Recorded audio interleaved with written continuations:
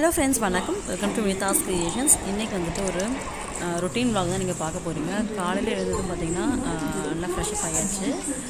என்னுடைய ட்ரிங்க் தான் நான் குடிக்கிறேன். இப்போலாம் நான் இது தான் குடிச்சிட்ருக்கிறது. ஃபஸ்ட்லாம் வந்துட்டு உடனுக்குடனே டெய்லி ரெடி பண்ணிவிடுவேன். பட் இப்போல்லாம் வந்துட்டு டைம் இல்லை அப்படின்றதுனால ஒரு 3 டேஸ்க்கு ஒன்ஸ் அந்த மாதிரி ரெடி பண்ணி வச்சுக்கிட்டு ஃப்ரிட்ஜில் வச்சுட்டு நான் குடிச்சிட்ருக்கு. ஸோ குடிச்சு முடிச்சிட்ட பிறகு குழந்தைக்கு தலையெல்லாம் வாரி விட்டாச்சு. இப்போ டைரெக்டாக பிரேக்ஃபாஸ்ட் பண்ண கிளம்பியாச்சு. இன்றைக்கி பிரேக்ஃபாஸ்ட் வந்துட்டு தேங்காய் சட்னி, கேழ்வரகு அடை தான் செய்ய போகிறேன். கேழ்வரகு அடை எப்படி செய்கிறது அப்படின்ட்டு நான் இந்த வீடியோவில் உங்களுக்கு ரெசிபி ஷேர் பண்ணுறேன். ஸோ இந்த சாப்பரில் தான் வந்துட்டு நான் வெங்காயம் கட் பண்ணிக்க போகிறேன். இது வந்துட்டு வாங்கி ரொம்ப டேஸ் ஆகிடுச்சு. இது அப்படியே வச்சுருந்தேன். எப்பயாவது மட்டும் நான் இதை ரேராக யூஸ் பண்ணிக்குவேன். ஸோ இன்றைக்கி வந்துட்டு இதை தான் நான் ஆனியன் கட் பண்ண போகிறேன். இதோட ரிவ்யூ வீடியோவை நான் கொடுத்துருக்கேன். டிஸ்கிரிப்ஷன் லிங்க் வைக்கிறேன், வேண்டுறவங்க செக் பண்ணி பாருங்கள். ஒரே ஒரு வெங்காயம், ஒரு நார்மல் சைஸ் வெங்காயத்தை தோல் உரித்து 4ஆக கட் பண்ணி இதுக்குள்ளே நான் போட்டு கட் பண்ணி வச்சுக்கிறேன்.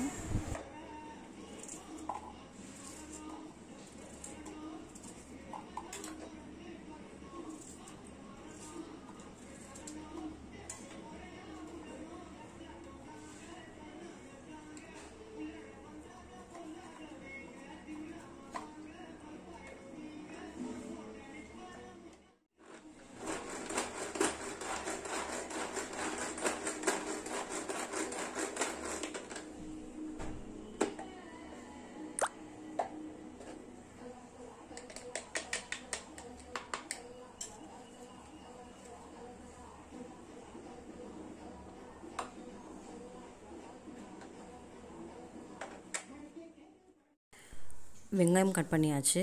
இது கூட வந்துட்டு 2 நார்மல் சைஸ் பச்சை மிளகாய் ஆட் பண்ணிக்கிறேன். அதை வந்துட்டு ரொம்ப குட்டி குட்டியாக கட் பண்ணி வெங்காயம் ப்ளஸ் பச்சை மிளகாய் ரெண்டுமே நம்ம மிக்ஸ் பண்ணி வச்சிடலாம்.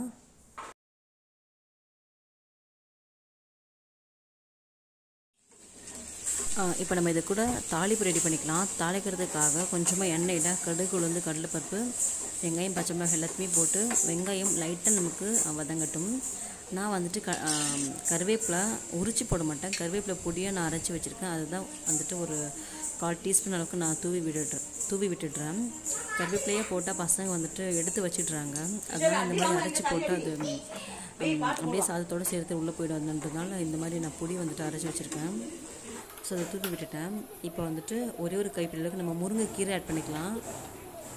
இது கூடவே கொஞ்சமாக தேங்காய் துருவல் ப்ளஸ் தேவையான அளவுக்கு உப்பு எல்லாத்தையுமே ஆட் பண்ணிவிட்டு ஜஸ்ட் லைட்டாக வதக்கி விட்டுட்டு நம்ம இறக்கி விட்டுடலாம்.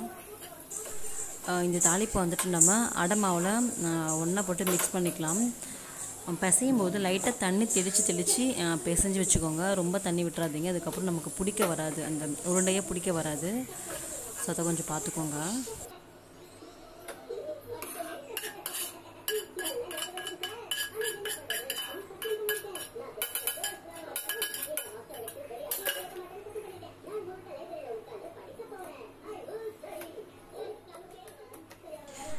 ஸோ இந்த மாதிரி கன்சிஸ்டன்சி நமக்கு இருக்கணும். இப்படி எடுக்கும்போது நல்லா உருண்டையாக இப்படி பிடிக்க வரணும் கையில்.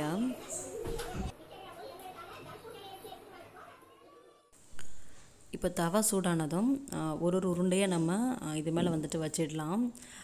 தவா மேலே வச்சுட்டே அதை கொஞ்சம் அப்படியே கையிலேயே நம்ம அதை பெருசாக்கி விடலாம். வீட்டில் நான் பண்ணுறேன் பாருங்கள். வந்துட்டு கொஞ்சமாக எண்ணெய் தடவிட்டு அதுக்கப்புறம் இந்த உருண்டையை வந்துட்டு மேலே வைங்க.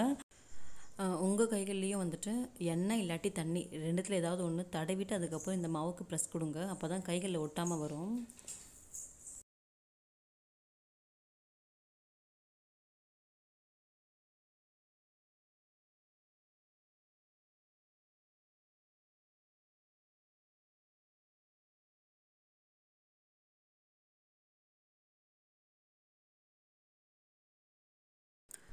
இந்த அடை கூட தேங்காய் சட்னி செம்ம டேஸ்ட்டாக இருக்கும். செம்ம காம்போ அது. ஸோ கண்டிப்பாக ஒரு தடவை வீட்டில் ட்ரை பண்ணி பாருங்கள். பிரேக்ஃபாஸ்ட்டு ரொம்ப ஹெல்த்தியான பிரேக்ஃபாஸ்ட் இது. பட் அடையை வந்துட்டு நம்ம நல்லா வேக விடணும்.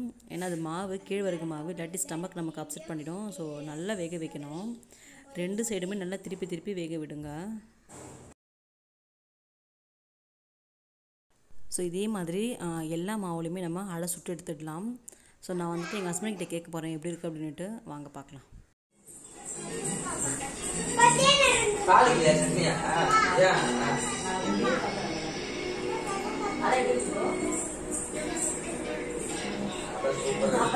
என்ன சாப்பிடுறேன்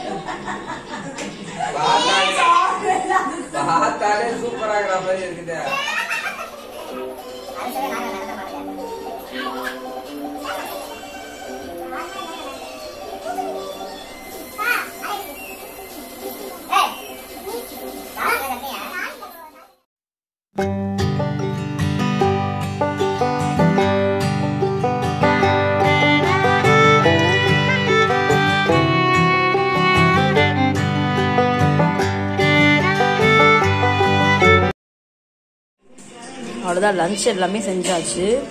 நான் என்னென்னு காட்டுறேன். சாதம் வடிச்சிட்டேன். அதுக்கப்புறம் காரக்குழம்பு, கத்திரிக்காயும் முருங்கைக்காவும் போட்டு தேங்காய் அரைச்சி, கொஞ்சமாக தேங்காய் அரைச்சி ஊற்றிருக்கேன் காரக்குழம்புக்கு. அதுக்கப்புறம் வெண்டைக்காய் பொரியல் செஞ்சுருக்கேன். சிம்பிளாக தான் செஞ்சுருக்கேன் வெண்டைக்காய் பொரியல். அதுக்கப்புறம் இது வந்துட்டு அப்பளம் இருக்குது, அவ்வளோதான். அப்பளம் இருக்குது. ஸோ தான் லன்ச் ரெடி ஆகிடுச்சு. ஸோ இப்போ வந்துட்டு விளக்கேற்றுற நேரம் ஸ்டார்ட் ஆகிடுச்சு. இந்த உருளி வந்துட்டு நான் சாய்பாபா கோவிலில், அதாவது மயிலாப்பூரில் இருக்கக்கூடிய சாய்பாபா கோவிலில் வாங்கினது.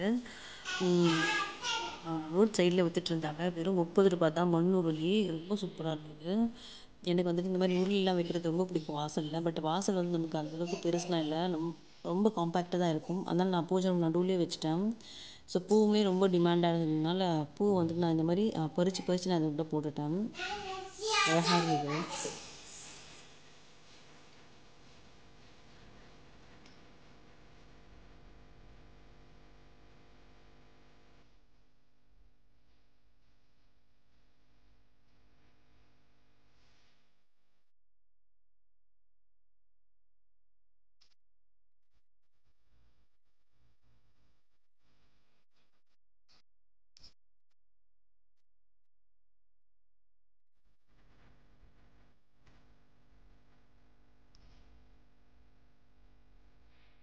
அவ்வளோதான் ஃப்ரெண்ட்ஸ், வீடியோ வந்து நான் இதோட முடிச்சுக்கிறேன். வீடியோ கண்டிப்பாக உங்களுக்கு பிடிக்கும்னு நினைக்கிறேன். பிடிச்சிருந்தா ஒரு பெரிய லைக் கொடுங்க. மறக்காமல் இந்த வீடியோ பற்றின கருத்துக்களை கீழே எனக்கு கமெண்ட்டில் சொல்லுங்கள். வினிதாஸ் கிரியேஷன் சப்ஸ்கிரைப் பண்ணிவிட்டு கூடவே பெல் பட்டனை கிளிக் பண்ணிக்கோங்க. தேங்க்யூ.